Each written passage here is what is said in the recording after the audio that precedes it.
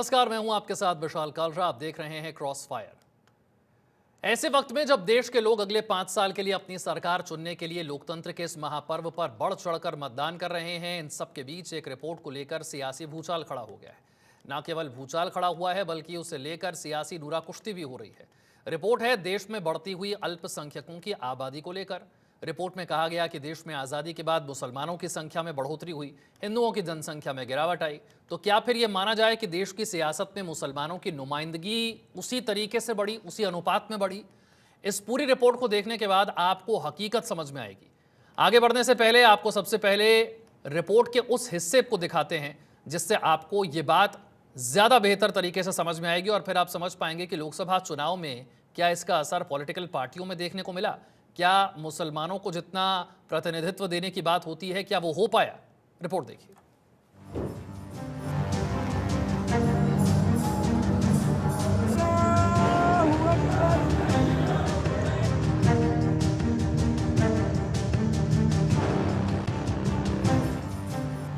मुस्लिमों से विपक्ष ने भी बनाई दूरी। 2019 में 115 तो 2024 में सिर्फ 78 को टिकट दिए। भारत की आबादी में 8% घट गई हिंदू आबादी। 65 साल में बढ़ गई मुसलमानों की हिस्सेदारी। प्रधानमंत्री की आर्थिक सलाहकार परिषद EAC-PM की एक स्टडी में पाया गया है कि 1950 और 2015 के बीच हिंदुओं की आबादी घट गई है, जबकि भारत की जनसंख्या में अल्पसंख्यक समूहों की हिस्सेदारी बढ़ गई है। स्टडी के मुताबिक भारत में हिंदू आबादी कम हो गई है, जबकि मुस्लिम, ईसाई, बौद्ध और सिखों समेत अल्पसंख्यकों की हिस्सेदारी में बढ़ोतरी देखी गई है। हालांकि इस अवधि में जैन और पारसियों की संख्या में कमी आई है। EAC-PM की रिपोर्ट के अनुसार 1950 और 2015 के बीच हिंदुओं की आबादी 7.8% घट गई है, जबकि भारत की जनसंख्या में अल्पसंख्यकों की हिस्सेदारी में बढ़ोतरी देखी गई है। बावजूद इसके देश में मुस्लिमों की राजनीति में हिस्सेदारी घट रही है। 1950 में भारत की जनसंख्या में हिंदुओं की हिस्सेदारी 84% थी। 2015 तक हिंदुओं की हिस्सेदारी घटकर 78% हो गई है।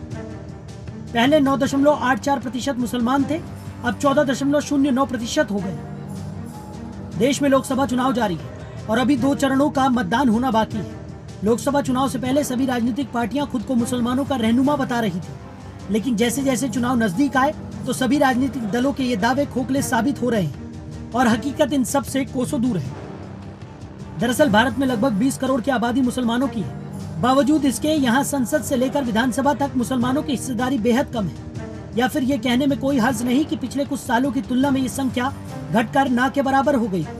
आसान भाषा में कहें तो पिछले कुछ सालों में भले ही भारत में मुस्लिमों की आबादी बढ़ी हो, लेकिन उनका संसद और विधायिकियों में प्रतिनिधित्व घटा है।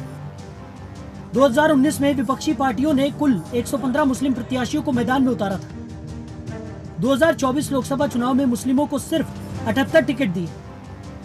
2019 की तुलना में इस बार मुस्लिमों को 37 टिकट कम दिए।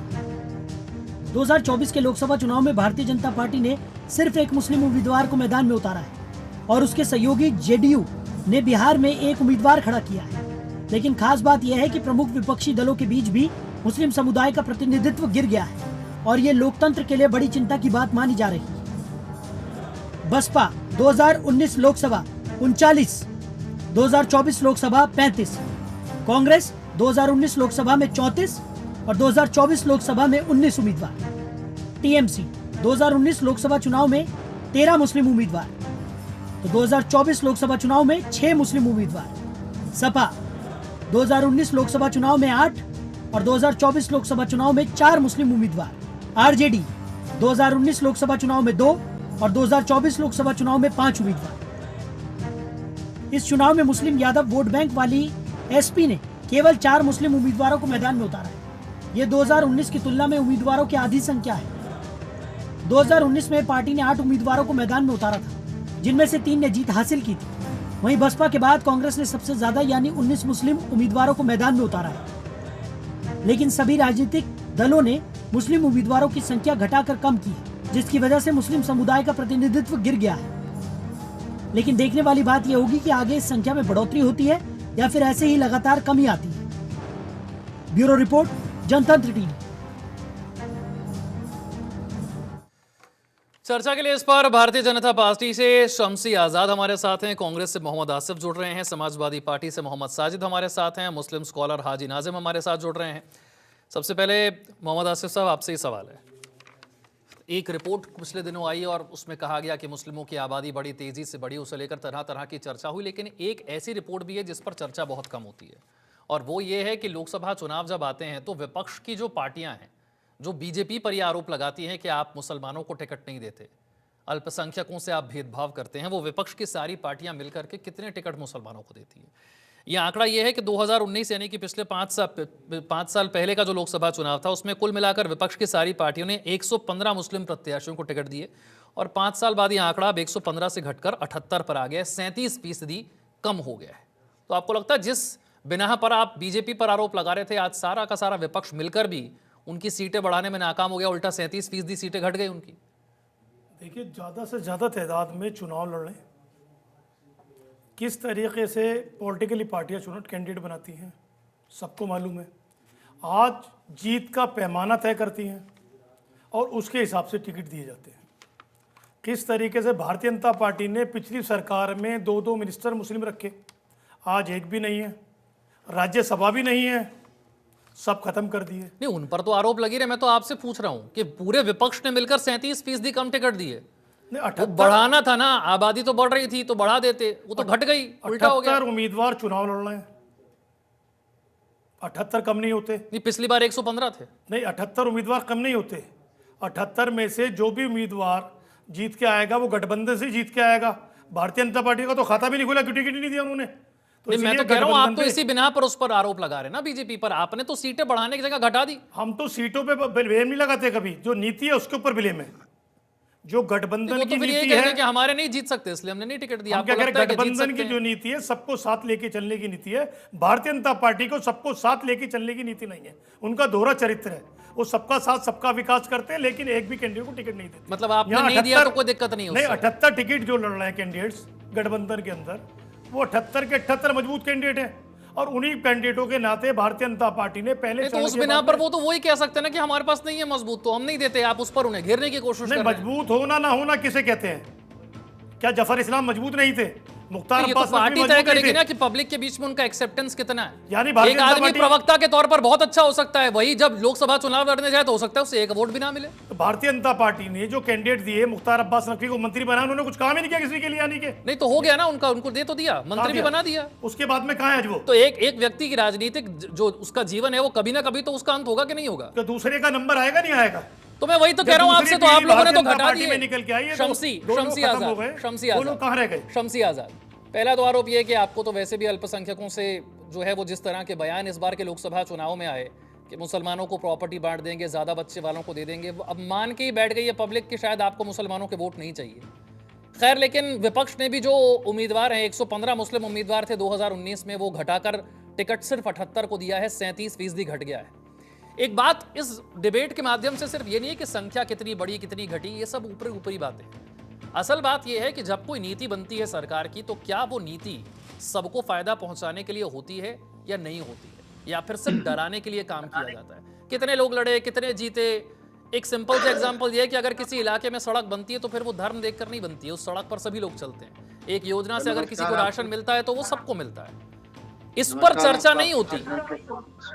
शमसी आजाद जी, नमस्कार आपको, आपके चैनल के सभी दर्शकों को और इस चर्चा में भाग ले रहे अपने सभी भाइयों को। देखिए, सीधी सी बात है कि विपक्ष की नाराजगी अब इस वजह से हो गई है क्योंकि वो वोट बैंक जिस पर वो राजनीति किया करते थे, वो वोट बैंक उनसे अब दूर हो चुका है। क्योंकि इन्होंने अल्पसंख्यक समाज को, अगर कांग्रेस पार्टी ने सत्ता रहते 5% का आरक्षण दिया होता, 10% का आरक्षण दिया होता, 15% का आरक्षण दिया होता, तो आज देश में कहीं ना कहीं अल्पसंख्यक समाज स्टेबलिश दिखाई देता। इन्होंने सिर्फ और सिर्फ उसका चुनाव में बैटरी की तरह इस्तेमाल किया कि चुनाव में बैटरी के वक्त उसको लगा दिया, और उसके बाद जब चुनाव हुआ तो उस बैटरी को निकाल कर फेंक दिया और अपनी सत्ता चलाते रहे।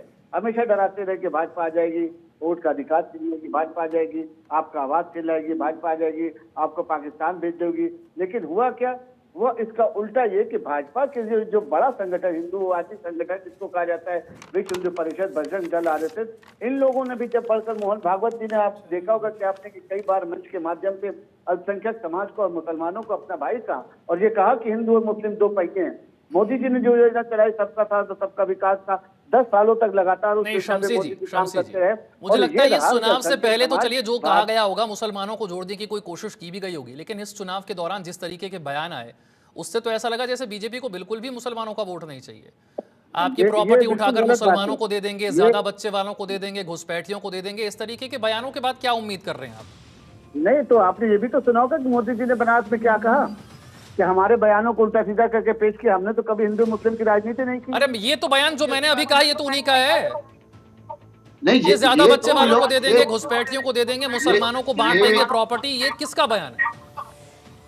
इसका बयान था ना, ये कर्नाटका में कांग्रेस पार्टी की तरफ से बयान दिया। दिया गया था। कर्नाटक में ये किसने तो दिया था? कांग्रेस ये किसी पार्टी का- विपक्ष के नेता का बयान है। ये विपक्ष का है कर्नाटका किसने में कि किसने उनका जो कौन से आरक्षण विपक्षी नेता ने जो है, दिया था ये बयान? ये कर्नाटका में आप पता लगाइए ना किसका बयान अरे था, मैं तो जिसको पूछ मोदी रहा जी ने हूं बताया ना कि भाई आपसे, ये बयान वो अलग अलग मोदी जी- मंच से कम 50 बार दोहराया गया है बीजेपी की तरफ से। मैं आपसे पूछ रहा हूं ये बयान किसका है? कर्नाटका में कांग्रेस ने कहा है अरे ना भाई कि मुझे हम तो नहीं तो पता कर्नाटका OBC में किसी विपक्षी नेता ने नहीं, बयान दिया। सुनिए, आपको अगर पता है तो बता कहा दीजिए। उन्होंने कि अल्पसंख्यक समाज को ओबीसी का दर्जा देंगे और उनको जो 15% हाँ तो आरक्षण देंगे। ओबीसी का 10%। दर्जा तो national commission for backward class देता है ना। जब तो तक ये वो नहीं चुनाव बनता के है वक्त तब ही- तक नहीं मिल चुनाव सकता के है। वक्त ही चुनाव के वक्त ही कांग्रेस पार्टी को या विपक्षियों को हमेशा अल्पसंख्यक समाज क्यों याद आता है? इसके पहले भी तो कांग्रेस पार्टी चाहती अरे थी चुनाव के वक्त और चुनाव के बाद की बात नहीं है। मैं ये कह रहा हूं कि अगर आपसे कोई कहे कि आपकी प्रॉपर्टी उठाकर मुसलमानों को बांट देंगे तो आपको लग रहा है फिर सामने वाले मुसलमान जो है वो आपको वोट करने के लिए आएंगे? नहीं, वोट करने कहाँ जा रहे हैं, यही तो बात है ना। अरे तो कौन बयान यही दे तो रहा बात है? ये आप ही के मंचों से तो कहा जा रहा है, मैं बीजेपी के मंच से तो कहा जा रहा है, किसके मंच से कहा जा रहा है बार बार? ये मुसलमानों का ध्रुवीकरण करने के लिए, तुष्टीकरण की राजनीति करने अरे के लिए शमशी बयान जी, दिया आप गया। अपनी पार्टी के कांग्रेस नेताओं की के तरफ या से, तो विपक्ष बयान की नहीं तरफ से। सुनते या तो उन्हें एक्सेप्ट नहीं करना चाहते। अब ये मैं नहीं जानता। मोहम्मद साजिद, सवाल तो दोनों से है। अगर विपक्ष यह सवाल बीजेपी से पूछता है कि आप अल्पसंख्यकों के लिए काम नहीं करते, उन्हें टिकट नहीं देते, तो मैं आपको बता रहा हूं 2019 के चुनाव में 115 मुस्लिम प्रत्याशियों को टिकट दिया था, वो घटकर 78 पर आ गया। पूरे विपक्ष का मिलाकर के 37% कम हो गया है।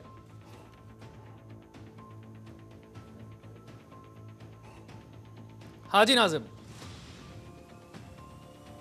मेरी आवाज आ रही है? जी जी बोलिए बोलिए। जब देश आजाद हुआ था और जब अंग्रेजों से लड़ाई हो रही थी, उस वक्त देश में सारे हिंदुस्तानी थे, सब भारतीय थे, कोई हिंदू मुसलमान नहीं था। लेकिन जब देश आजाद हो गया उसके बाद एक पार्टी को देश पर सियासत करनी थी जो सांप्रदायिक पार्टी है, और उसने उस देश में जो है वो हिंदू मुसलमान की राजनीति शुरू की और यहाँ हिंदुस्तान के मुसलमानों पर कटघरे में खड़ा करना शुरू कर दिया। और हर चीज में हिंदू मुसलमान, हर चीज में हिंदू मुसलमान, नौकरियां हुई, वो इसका नुकसान सबसे बड़ा जो है वो मुसलमानों को हुआ। यही चुनाव देख लीजिए, जो देश के प्रधानमंत्री होते हैं वो सारे चाहे हिंदू हो, मुसलमान हो, सिख हो, बौद्ध हो, सभी के प्रधानमंत्री हो जाते हैं। अरे सर, तो समाजवादी पार्टी ने खुद ही घटा दी अपने उम्मीदवारों की संख्या। पिछली बार जितने मुसलमानों को टिकट दिया था उससे आधे पर आ गए आप इस बार वो टिकट देने में। कपड़ों से पहचानते रहे, वो कभी मंगलसूत्र की बात करते रहे, कभी वो हिंदू मुसलमान पाकिस्तान ये बातें करते रहे, जिसकी वजह से मुसलमान कहीं ना कहीं कटघरे पर आ गया है। और देखिए, जो भाजपा सत्ता में है, 430 कैंडिडेट उतारे हैं, उन्होंने केवल एक मुसलमान को टिकट दिया है। और जो समाजवादी पार्टी ने कितनों को दिया है? समाजवादी पार्टी के टोटल कितने हैं? समाजवादी पार्टी के 4 लोकसभा सीट। और पिछली बार कितने दिए थे? 8। पिछली 8 से घटकर 4, 50% कम। 8, लेकिन 8 में उस वक्त इतने नहीं जीते थे जितने इस बार 4 की चारों जीतेंगे। मैं वही तो कह रहा हूँ ना, 8 से घटाकर 4, 50% कम तो आपने ही कर दिया। अगले लोकसभा चुनाव में क्या पता कोई बचे ही नहीं ऐसा मुस्लिम उम्मीदवार। तो किसने कितनों को टिकट दिए, उस आधार पर अगर जज करने चले तो समाजवादी पार्टी ने 50% हिस्सा खा लिया उनका। सबको साथ लेकर चलने का काम करती है। क्यों खा गया 50% हिस्सा? आपको तो बढ़ाना चाहिए था। तो मुसलमान की राजनीति में नहीं बढ़ती है समाजवादी पार्टी। बीजेपी को आप कहो कि आप हिंदू मुसलमान की राजनीति करते हो, जब खुद पर बात आए तो कहें कि हम तो हिंदू मुसलमान वाली राजनीति नहीं करते। निपुण आलम बयान करते ही नहीं है। ये रिपोर्ट ये कहती है कि पिछली बार के लोकसभा चुनाव में 115 मुस्लिम उम्मीदवार भाजपा विपक्ष की तरफ से सही, उतारे गए थे, जो उसको कमी घटकर आने इस लगी। बार 78 हो गए, यानी कि 37% कम हो गए। समाजवादी पार्टी खुद मान रही है पिछली बार 8 उतारे थे, इस बार सिर्फ 4 उतारे हैं। तो बीजेपी को इसी बात पर घेरा जाता है कि आप मुसलमान कैंडिडेट नहीं उतारते। अगर आप पूरे विपक्ष को मिलाकर देंगे तो 37% कम कर दिए उन्होंने। क्या सीटें, क्या कितने टिकट लड़ने के लिए दिए गए, इस आधार पर यह तय होगा कि कोई समाज का भला हो रहा है या नहीं हो रहा है, या तय इस आधार पर होगा कि जो योजनाएं लाई गई वो सब तक पहुंची या नहीं पहुंची? देखिए, दोनों बातों से विशाल जी, देखिए जब हम बात करते हैं ना जनता का सदन यानी कि संसद की हम बात करते हैं, और संसद की जब हम बात करते हैं लोकतंत्र और साथ में गणतंत्र की, लोकतंत्र पूरा तभी होता है जब उस सदन के अंदर, जिसको हम जनता का सदन बोलते हैं, जिसमें प्रत्येक वर्ग, जाति, धर्म, समुदाय, भाषा, सबके प्रतिनिधि वहाँ पर बैठे हों और जो हमारी विविधता है वो दिखाई दे। एक तो बात ये, इसमें कोई दो राय नहीं है कि अगर मुस्लिम वर्ग का प्रतिनिधित्व कम दिखाई देगा तो हम कैसे कह सकते हैं कि भाई एक इतने बड़े वर्ग को आपने पीछे छोड़ दिया, पहली बात। और दूसरी बात ये सही है कि योजनाएं सही तरीके से लागू होगी, उनका लाभ सब तक पहुंच रहा है, ये तुमको दिख रहा है, चाहे वो कांग्रेस हो चाहे वो बीजेपी हो, दोनों के कार्यकाल में आपको देखने को मिल रहा है। लेकिन बात यह है कि बीजेपी तो खुल के बोलती है कि हम तो हिंदुत्व की राजनीति करते हैं, उसको तो हम कटघरे में खड़ा नहीं कर सकते।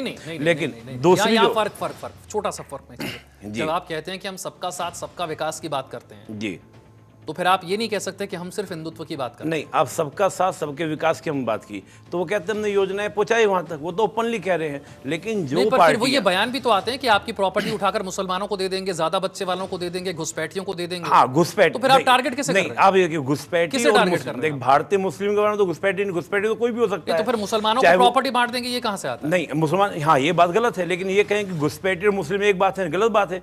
मुस्लिम अलग है, भारतीय मुस्लिम है, घुसपैठी चाहे वो कोई भी हो, चाहे वो आपका किसी भी धर्म का हो, किसी भी जाति का हो, घुसपैठी को देना तो गलत है ना। कि भारत की जो नहीं, मैं ये नागरिकता, कह रहा हूं, अगर भारत की आपको जनता की कोई जो पार्टी संपत्ति कह है। रही है अपने मन से कि हम आप ये लोग आपकी प्रॉपर्टी उठाकर मुसलमानों को बांट देंगे, ज्यादा बच्चे, मैं ये कह रहा हूं कि आप ज्यादा बच्चे वाले कहकर किसे टारगेट कर रहे हैं? नहीं, ज्यादा, अब ये बताइए, ज्यादा बच्चे की बात की, ज्यादा बच्चे के आप मुस्लिम, एक लाइन में ये नहीं, बातें कह रहे हैं ना, मुसलमानों को, घुसपैठियों को, ज्यादा बच्चे वाले। देखो ये तो इंटरलिंक करने वाली बात हो जाएगी। ये 50 बार रिपीट किया गया, फिर कैसे कोई इंटरलिंक नहीं करेगा? नहीं, मुझे क्या बताइए, अगर आप किसी मंच से इसे 50 बार रिपीट करेंगे तो कोई कैसे इंटरलिंक? विशाल जी मुझे बोलने तो दीजिए, मैं ये कह रहा हूँ, क्या ज्यादा बच्चे केवल मुस्लिम परिवारों में ही होते हैं? भाई हम देखते हैं गांव देहात में हम भी 4 भाई बहन हैं।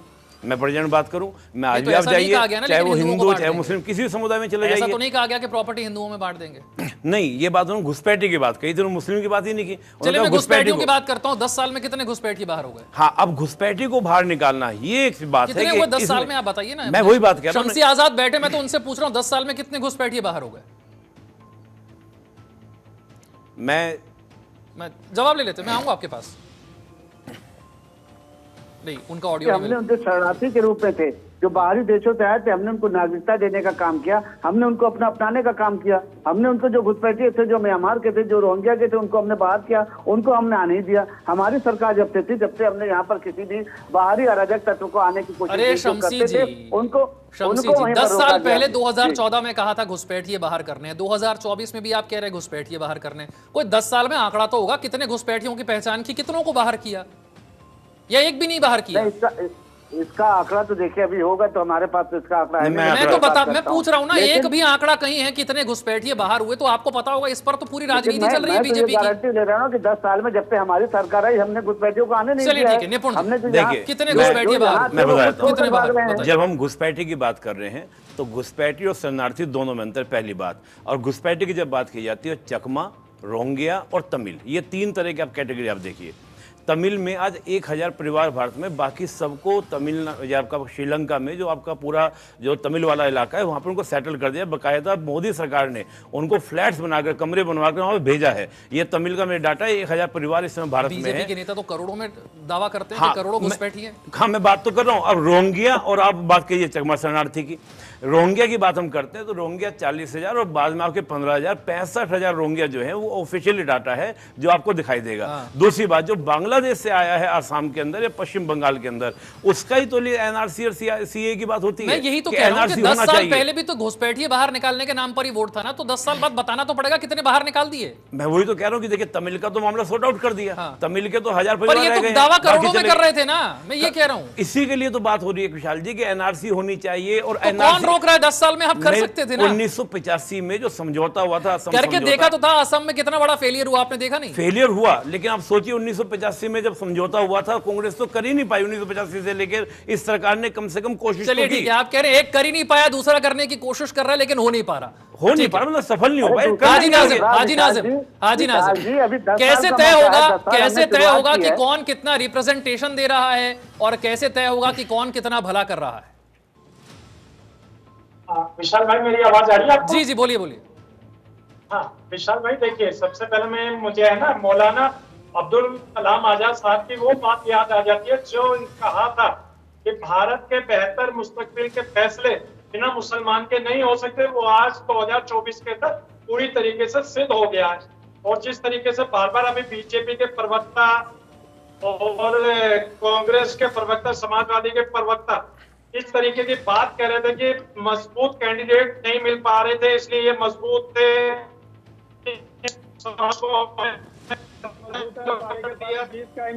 ये किस बुनियाद पर ये कह रहे हैं? अब ये बता दीजिए, भारत के अंदर जो मुस्लिम कैंडिडेट है, अगर आप चाहेंगे तो एक से एक मजबूत मिलेगा, लेकिन इन लोगों को सिर्फ और सिर्फ मुस्लिम वोट चाहिए, मुस्लिम को हिस्सेदारी नहीं देंगे। और एक चीज और मैं बताऊं विशाल भाई, जो अभी बात चल रही थी आरक्षण की, तो 10 अगस्त 1950 को तत्कालीन प्रधानमंत्री जी ने धर्म के आधार पर आर्टिकल 341 को रद्द कर दिया था, और ये धर्म के आधार पर हुआ। और फिर उसी के बाद जब बात आती है मुल्क के वजीर आजम जो बार बार एक बात को कह रहे थे और आप बार बार उसी बात को कह रहे थे, लेकिन ना तो बीजेपी के प्रवक्ता जवाब दे पा रहे थे, ना हमारे राजनीतिक विश्लेषक जवाब दे पा रहे थे। आपने उनसे सवाल किया कि बार बार एक बात आ रही है भाजपा के बड़े नेताओं के द्वारा कि हिंदू भाइयों तुम्हारी जमीन जायदाद को ज्यादा बच्चे वालों को दे दी जाएगी, या भी जस्टिफाई नहीं कर पाए। लेकिन ये बड़ा शर्मनाक बयान था। ज्यादा बच्चे किसके थे? सिर्फ और सिर्फ के मुस्लिम कम्युनिटी पे, मुस्लिम कम्युनिटी को टारगेट करते हुए इस तरीके का बयान दिया जा रहा था, और ये कहा जा रहा था कि हाँ देखिए भारत के अंदर मुस्लिम समाज के इतने बच्चे हैं। तो ये विशाल भाई किस तरीके का माहौल देश के अंदर बनाया जा रहा है, एक समुदाय को लेकर। मोहम्मद आसिफ, ये बात अब क्लियर होनी चाहिए कि किसी भी को कितने टिकट दिए जाएं उससे ये तय होगा, या फिर योजनाएं सरकार क्या लेकर आती है और क्या वो योजनाएं हर धर्म के लोगों का भला करती हैं या नहीं करती, इससे तय होगा कि किसका भला कौन कर रहा है। देखिए, योजनाएं सबसे बड़ा आधार होती है किसी को भी। तो मतलब बीजेपी को फिर टिकट देने के नाम पर नहीं घेरा जाना मैं चाहिए? ये कहूंगा, मौलाना फाउंडेशन के तहत जो स्कॉलरशिप मिलती थी भारतीय जनता पार्टी ने बंद कर दी। क्यों बंद कर दी मेरे भाई? क्योंकि आपकी मनसा ये बोलना अलग है, सबका साथ सबका विकास। क्या टैक्स देने के लिए जो इतने भारतीय हैं, 140 करोड़ लोग हैं, तमाम लोग टैक्स देते हैं, चाहे वो किसी धर्म के भी हों। उसी टैक्स के पैसे से देश के प्रधानमंत्री किस तरीके से बनारस के अंदर अपना नॉमिनेशन फाइल कर रहे थे। हजारों करोड़ रुपए उन्होंने खर्च किया, तमाम उन लोगों के पैसे से जो किसी भी समुदाय के थे, किसी भी धर्म के थे। वो उनको दिखाई नहीं दिया क्योंकि वो टैक्स का पैसा था, अपने ऊपर खर्च करना था, ये दिखाना था कितना बड़ा लहो लश्कर मैं लेके बनारस गया। क्योंकि 24 का चुनाव चल रहा है, इस चुनाव के अंदर भारतीय जनता पार्टी कोई भी मुद्दा काम नहीं कर रहा है। पहले चरण के बाद में मैं आपसे कह रहा हूं कि अगर आप कंपैरिजन करें, नहीं आप उस मुद्दे से अलग जा रहे हैं ना, आप मुद्दे से अलग जा रहे हैं। मैं कह रहा हूं मनमोहन सरकार के 10 साल, मोदी सरकार के 10 साल, ऐसा क्या हुआ जो पहले मुसलमानों के लिए बहुत अच्छा हो रहा था लेकिन 10 साल में रुक गया? ऐसा कोई उदाहरण है? मैं वही उदाहरण दे रहा हूं, एक स्कॉलरशिप का आपने एग्जांपल दिया, और कुछ मैं वही दे रहा हूं ना, किस तरीके से देश के प्रधानमंत्री पहले चरण के बाद में अपने वोट बैंक के तहत जो उन्होंने 10 साल काम नहीं किया, सीधी मुसलमान पे आ गए। नहीं, आप बयानबाजी कर रहे हैं, मैं वो तो उसका जिक्र मैंने ऑलरेडी कर दिया, मैं वो नहीं कह रहा। मैं कह रहा हूं कंपेयर कर लीजिए ना, आप तो कांग्रेस के हैं। 2004 से 14 के बीच में मनमोहन सरकार की कोई ऐसी खास योजना थी कि जो सिर्फ मुसलमानों को लाभ पहुंचाती थी और मोदी जी ने आकर बंद कर दी हो तो बता दीजिए। मैंने आपको बताया ना, स्कॉलरशिप योजना जो बंद की, हाँ। जिससे बच्चे पढ़ना लिख ना सके, हाँ। जिससे बच्चे आगे ना जा सके, लेकिन उन्हीं गरीब बच्चों ने पढ़ लिख कर ट्यूशन लेकर आज साबित कर दिया काबिल होता है, सरकार दे या ना दे। अभी यूपीएससी का रिजल्ट आया, सामने था आपके, बस यही था। नहीं मैं बता रहा हूं, यही था कि कुछ और था?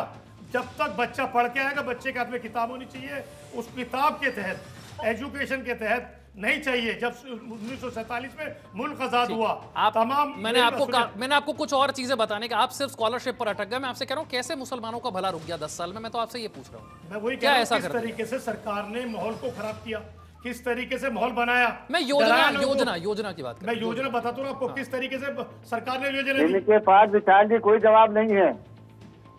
इनके पास कोई जवाब नहीं, क्योंकि ऐसा कहीं पर हुआ ही नहीं। आज देखिए इन्होंने खुद एक्सेप्ट किया ना भाई कि यूपीएससी के रिजल्ट आए तो सबसे ज्यादा इस बार कम से कम 50 से 80 मुसलमान जो है इस पकड़ यूपीएससी उन्होंने टॉप किया। तो कम से कम उन्होंने, इसका मतलब ये कि अल्पसंख्यक मैं इस सवाल को ओपन अभी छोड़ रहा हूं। मैं मुझे छोटा सा ब्रेक लेना है। मैं शमसी आजाद से शुरू करूंगा। मैं इस सवाल को ओपन छोड़ रहा हूं। ब्रेक के बाद इस पर चर्चा करेंगे कि ऐसा क्या हुआ। अगर मनमोहन सिंह के 10 साल और मोदी सरकार के 10 साल को कंपेयर करें, ऐसी कौन सी योजना चल रही थी मुसलमानों के लिए जो बंद हो गई, या उनका बुरा हो गया, या कहीं वो नुकसान या घाटे में नजर आ रहे हैं? इस पर चर्चा करेंगे छोटे से ब्रेक के बाद।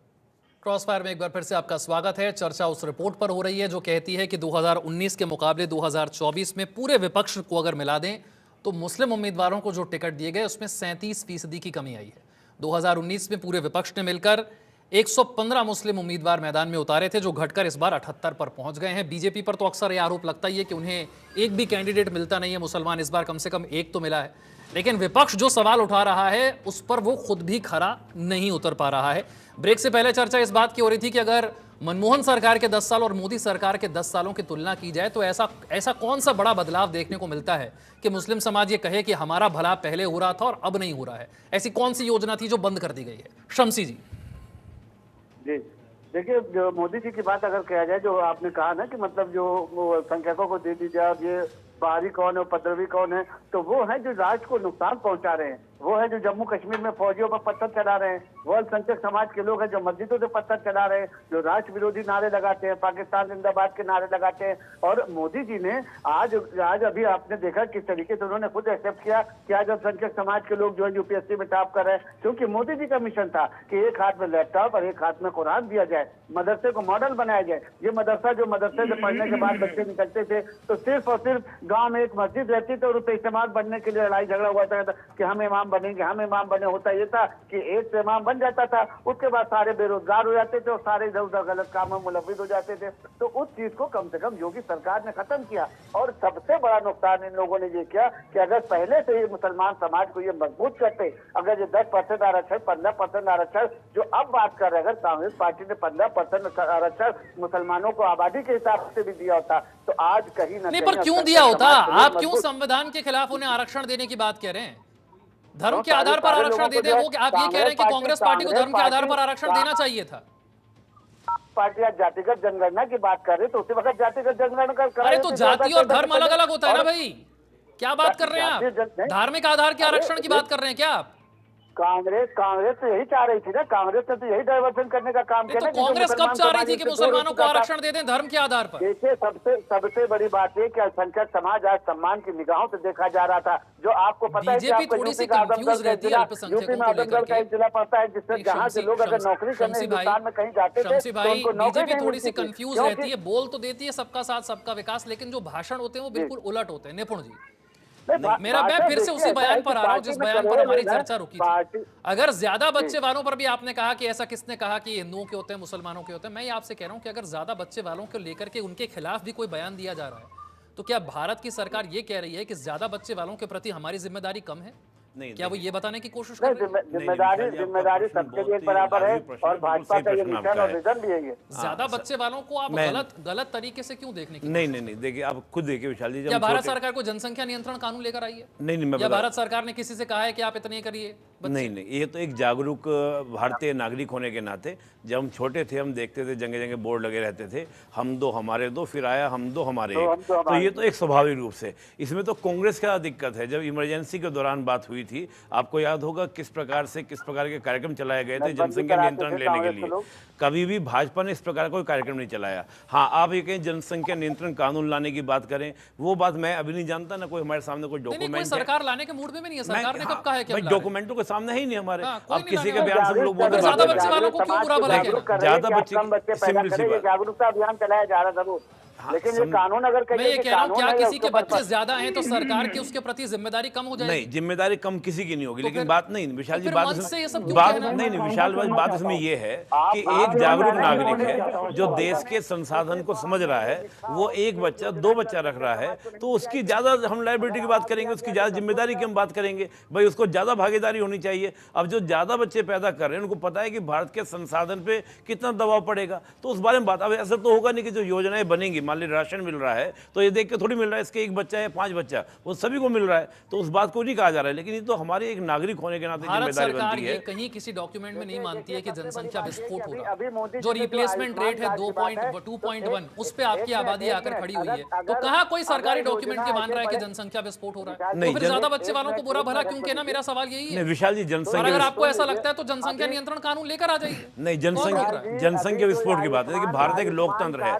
भारत में कोई भी काम जबरदस्ती नहीं होगा। वैसे तो कहा जाता है कंपलसरी वोटिंग कर दीजिए, आज ये मामला ही खत्म हो जाता है कि इतने परसेंटेज वोट क्यों हो रहा है। हम चीन रूसिया थोड़ी ना है कि यहाँ पे कोई जबरदस्ती कर दिया जाएगा। तो वहाँ कानून यहाँ लाया जाता है। पे यहाँ पे जागरूक किया जाता है, नहीं जहाँ पे कानून की जरूरत है, क्योंकि बदलाव कानून से होता है। लेकिन हम इस प्रकार की चीजों को लेकर कानून नहीं बना सकते, क्योंकि एक लोकतंत्र है और यहाँ पे प्रत्येक व्यक्ति के अधिकार को सुरक्षित रखा जाता है। तो ये कहना कि भाई ज्यादा बच्चों के लिए कानून, ये गलत है। हाजी नाजिम, हाजी नाजिम, हाजी नाजिम कुछ कहना चाह रहे हैं, बोलिए। आयुष्मान कार्ड के बाद बोलिए। मैं एक मिनट बता दूं, आयुष्मान कार्ड हाँ, जैसे है, विशाल भाई, यूपी विशाल में भाई ये देखिए, डाटा है कि जिसके पास विशाल भाई देखिए, सबसे पहले तो मैं ये कहना चाहता हूँ, एक सेकंड, शमसी आजाद, एक सेकंड, हाजी नाजिम बोल रहे हैं, बोलिए। हाँ विशाल भाई देखिए, सबसे पहले तो मैं ये कहना चाहता हूँ, जो अभी हमारे भाजपा के प्रवक्ता बार बार एक बात कह रहे थे कि जी मुल्क के वजीर आजम ने ये कहा था कि एक हाथ में कुरान एक हाथ में लैपटॉप होगा। तो मैं इनसे पूछना चाहता हूँ कि भारत के मुसलमान के हाथ में कुरान तो है, आपने लैपटॉप कितने मुसलमानों के हाथ में दिया, ये बता दीजिए। और दूसरी बात ये, इन सब लोगों को, चाहे कांग्रेस हो, सपा हो, भाजपा हो, बसपा हो, इन सबको मुस्लिम वोट तो चाहिए, लेकिन मुस्लिम समाज नहीं चाहिए, क्योंकि ये जानते हैं कि जिस दिन नहीं, मुस्लिम आप तो समाज सारी को पॉलिटिकल उनके पार्टियों से इस्ते- ये बात कहिए ना हाजी नाजिम। मैं तो बता रहा हूँ सारे के सारे विपक्ष ने मिलकर जो है 37% कम कर दिए मुसलमानों के टिकट। हाँ विशाल भाई, मैं वही तो कह रहा हूँ। देखिए हम मुस्लिम समाज का सिर्फ और सिर्फ शोषण करते हैं, वोट लेते हैं, लेकिन हम लोगों को हिस्सेदारी नहीं देते। और बार बार एक बात जो आती है, मैं इसी बात को कह रहा हूँ सर, कि देश के अंदर मजबूत करने के लिए मुस्लिम समाज की भी अहम भूमिका होनी चाहिए। अगर मुस्लिम समाज को अगर आप लोकसभा के अंदर ज्यादा से ज्यादा मौका देंगे तो वो भारत को मजबूत करेगा। लेकिन जब मुल्क के वजीर आजम ये कहते हैं कि मैं 80 करोड़ को राशन दे रहा हूँ, तो क्या नाम है विशाल भाई, मैं ये कहता हूँ कि आप 80 करोड़ लोगों को राशन मत दीजिए, 80 करोड़ लोगों को आप मजबूत कीजिए, उनको रोजगार दीजिए, ताकि वो खुद ही अपने बच्चों का भरण पोषण कर ले। लेकिन इस तरीके की बातें नहीं होती। और एक इम्पोर्टेंट बात और सुन लीजिए, इसलिए मान रहे हैं कि आप भाजपा को अपना दोस्त नहीं मानते हैं। आप पहले उनसे अरे सुन तो लीजिए, मैंने तो सिर्फ बात तो ये कही है। चलिए ठीक है, ठीक है, आप दोनों को रोकते हुए थोड़ा सा मोहम्मद साजिद, विपक्ष जितना अल्पसंख्यकों के लिए हिमायती बनने की कोशिश करता है, मोहम्मद साजिद, सच्चाई ये है कि 48 सीटों वाले महाराष्ट्र में विपक्ष को कोई कैंडिडेट नहीं मिला, राजस्थान में, गुजरात में, छत्तीसगढ़ में, मध्य प्रदेश में कोई इंडिया गठबंधन का कैंडिडेट मुसलमान नहीं है। आप मानेंगे 5-5 राज्य ऐसे हैं। देखिए, भारतीय जनता पार्टी ने देश की राजनीति की दिशा और दशा बदलने का काम किया है। यूपीए सरकार में 2006 में अल्पसंख्यक कल्याण मंत्रालय का गठन हुआ था। भाजपा उसका लगातार बजट कम करती चली आ रही है। जो बजट 2022-23 में 5020 करोड़ रुपए बजट था, वो घटा के 3097 करोड़ रुपए बजट कर दिया।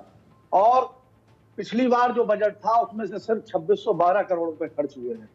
और किस तरीके उन्होंने मौलाना आजाद फाउंडेशन बंद कर दिया, स्किल एक अल्पसंख्यकों के लिए चलाई गई थी, जिसका बजट 100 करोड़ रुपए था, 10 करोड़ कर दिया, 10 लाख कर दिया।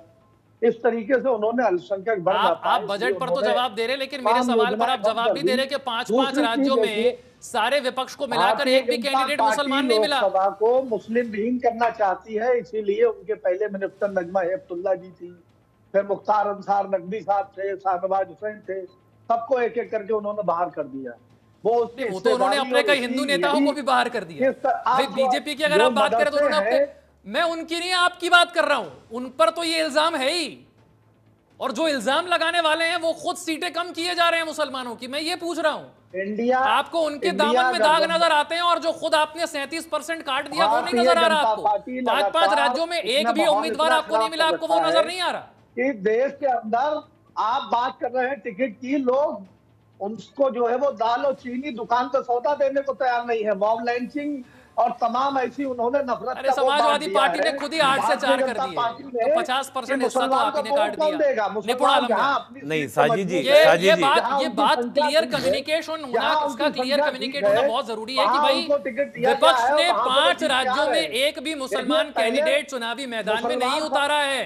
5 राज्य हैं ऐसे। विशाल जी देखिए, योजनाओं का लाभ मिलना एक अलग विषय इंडिया- होता है, लेकिन प्रत्येक समुदाय का इंडिया प्रतिनिधित्व गठबंधन- सदन में दिखना ये अलग बात होती है। और ये बहुत जरूरी होता है कि इससे पूरे समुदाय के अंदर एक आत्मबल बढ़ता है और उसके मुद्दे जो हैं समाज में यानी कि सदन के अंदर उठाए जाते हैं। आज विपक्षी इस बात को कहने के लिए मानने को तैयार नहीं है। कहिए, साफ कहिए कि हमने नहीं दिया, हमसे गलती हुई, अगली बार हम देंगे, सुधार करेंगे, या वो ओवर ऐसा बोल कॉन्फिडेंट है दीजिए। कि मुसलमान जाएगा कहाँ? मैं वही तो कह रहा हूँ ना कि ओवर कॉन्फिडेंट है क्या? और उसकी वजह बीजेपी है। बिल्कुल ओवर कॉन्फिडेंट भी हो गए। दूसरा, कहीं ना कहीं जो हिंदुत्व की राजनीति चली उसमें सारे बह गए। अपने वोट बैंक को आप रखते हैं ना निश्चित रूप से। और दूसरी बात, मोहम्मद साजिद मैं कह रहे एक बात- बीजेपी ने देश की राजनीति का तरीका बदल दिया, तो विपक्ष बीजेपी के ट्रैप में फंस गया। उसी मतलब ट्रैप में आ गया। और दूसरी बात, मैं एक बात ये कहूंगा भाई, ये बात जो भी हमारे भाई साहब जो बोल रहे थे, नाजिम खान साहब बोल रहे थे, मैं कोई बात कहूंगा भाई, नाजिम जी एक बात ये भी तो सोचने की बात है ना कि एक समुदाय उसकी स्थिति सब पार्टी ने ऐसी कर दी, तो वो समुदाय क्या सोच रहा है उसको तो अपने देखना चाहिए कि भाई हमारी कहाँ कमी है, हम किन नेताओं को वोट दे रहे हैं। हमें अपनी कुछ ना कुछ व्यवस्था बनानी चाहिए। क्या इन नेताओं को जो इस दोगली भाषा बोलते हैं, बीजेपी को तो कटघरे में खड़ा करते हैं, लेकिन अपनी स्थिति देखेंगे नहीं।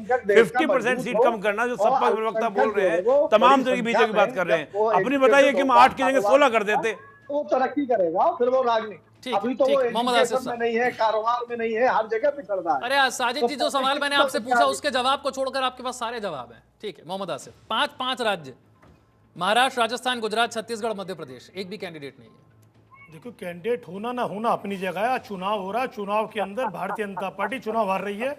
अब मुद्दा चाहे कोई भी बनाइए, किस तरीके से भारतीय जनता पार्टी ने 24 के चुनाव में मुद्दा बनाया।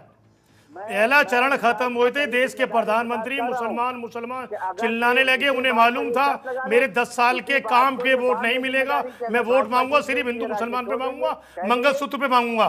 मंगलसूत्र के लिए उन्होंने बात की, हमारी बहनों के मंगलसूत्र छीनने की बात की। उस नरेंद्र मोदी जी ने जो मंगलसूत्र की अहमियत ही नहीं जानते, उनके लिए बात की गई। उन लोगों ने मंगलसूत्र की बात की जनसभाओं के अंदर, भारतीय जनता पार्टी के नेताओं ने, मंत्रियों ने, जिन्होंने दूसरे के मंगलसूत्र छीन लिए।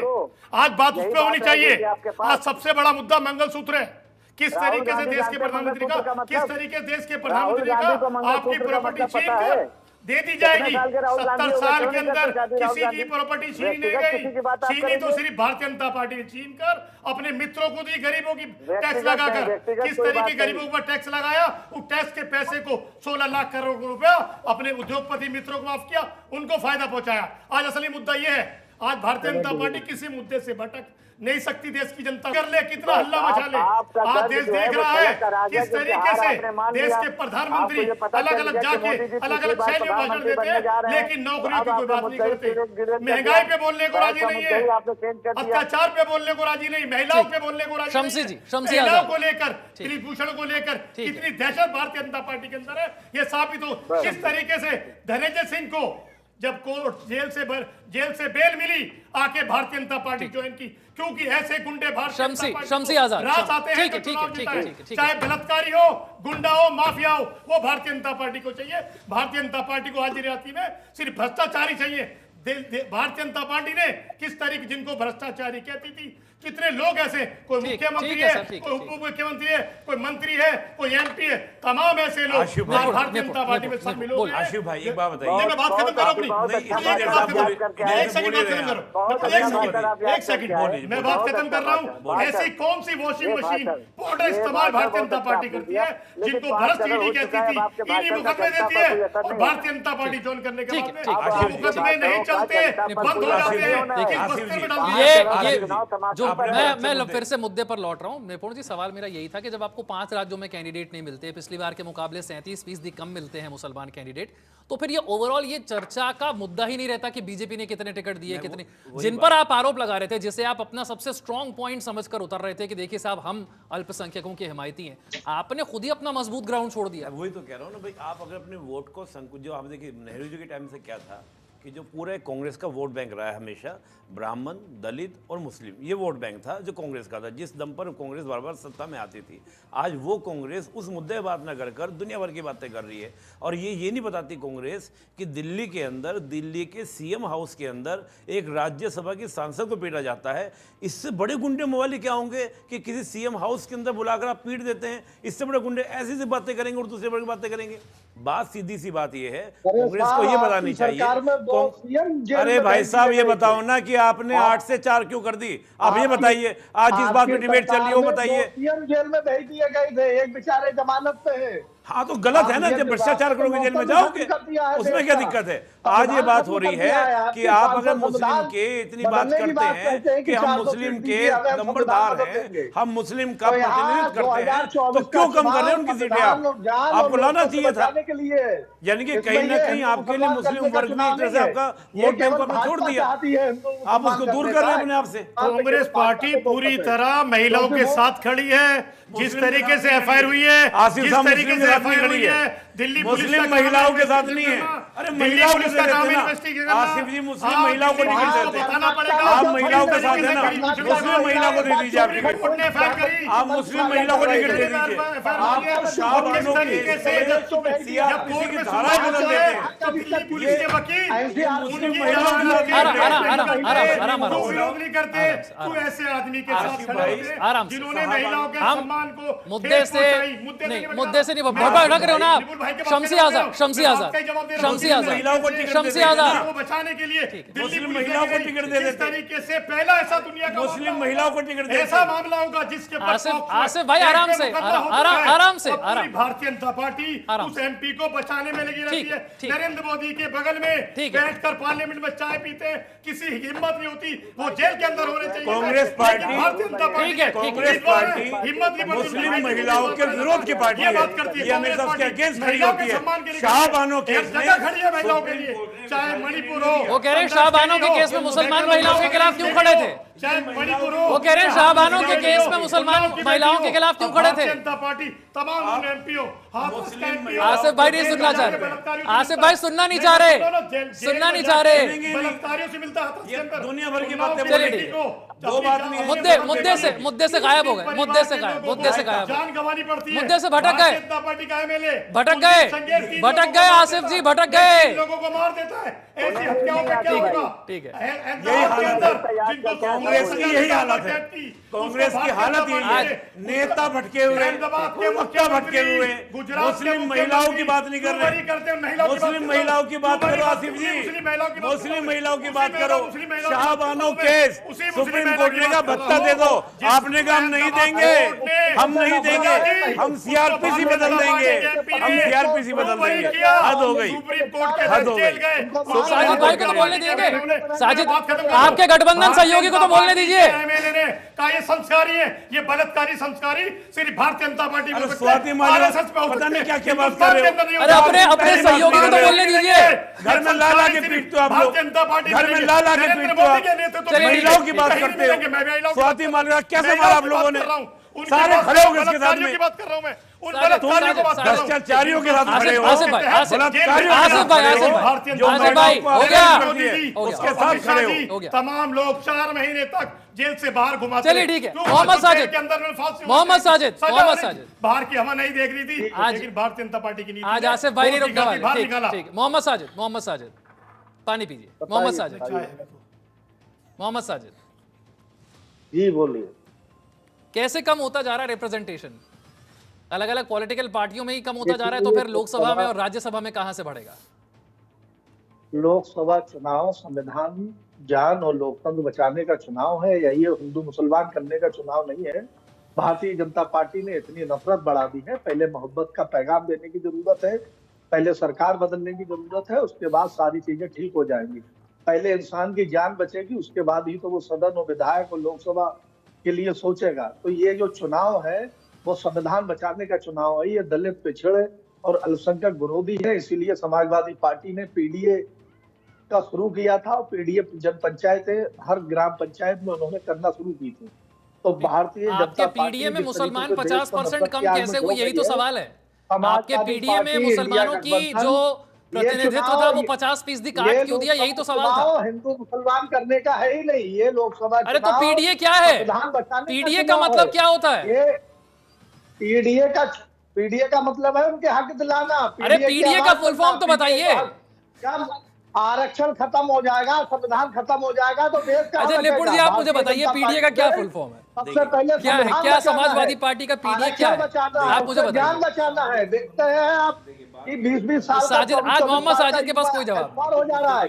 उसको जो वैक्सीन लगवा दी गई है, वो उसके लिए वैक्सीन जो है वो मौत का कारण बन रही है। हर दूसरे तीसरे दिन आप देखिए कि युवाओं को हार्ट अटैक पड़ रहे हैं। पहले कभी होता था ये कि 20 साल 24 साल 50 साल की एज के बाद हार्ट अटैक पड़ते थे। लंबरदार बनती है जो है वो कहीं ना कहीं हादसा हो रहा है। तो ये स्थिति जो है वो पूरे देश में है। आप मुस्लिम व्यक्ति को मुस्लिम उम्मीदवार नहीं बनाएंगे जो मुस्लिम के लिए आवाज उठाएगा, जो मुस्लिम के लिए समाज सदन के अंदर आवाज उठाएगा। अरे कौन उठाएगा मुस्लिम के लिए आवाज? क्या अखिलेश यादव उठाएंगे? उस वर्ग का व्यक्ति उठाएगा ना। मैं हूँ, जिस समाज से हूँ, जिस वर्ग से हूँ, तो मैं ही तो आवाज उठाऊंगा ना। आप खड़ा करते, आप नहीं कर रहे। और दूसरी बात, आप हिंदू मुस्लिम की बात कर रहे हैं तो मुझे बता दीजिए, जब आपकी यूपी में सरकार थी तो शमशान याद नहीं आते थे आपको? मैं ये कह रहा हूँ कि धर्मों में मत बांटिए लेकिन जाति में बांटिए। मैं वही कह रहा हूँ ना कि ये कह रहे हैं धर्मों में मत बांटिए लेकिन जाति में बांट दीजिए। मैं वही बात कह रहा हूँ ना कि आप अपने मॉडल को दिखा दीजिए, आपने कितने काम किए हैं। अरे आपसे सिंपल पूछा जा रहा है, जिस वर्ग की हम बात कर रहे हैं उस वर्ग का प्रतिनिधि सदन के अंदर नहीं होगा तो आवाज कौन उठाएगा? और फिर मुस्लिम महिलाओं को आप साइड में कर देते हो।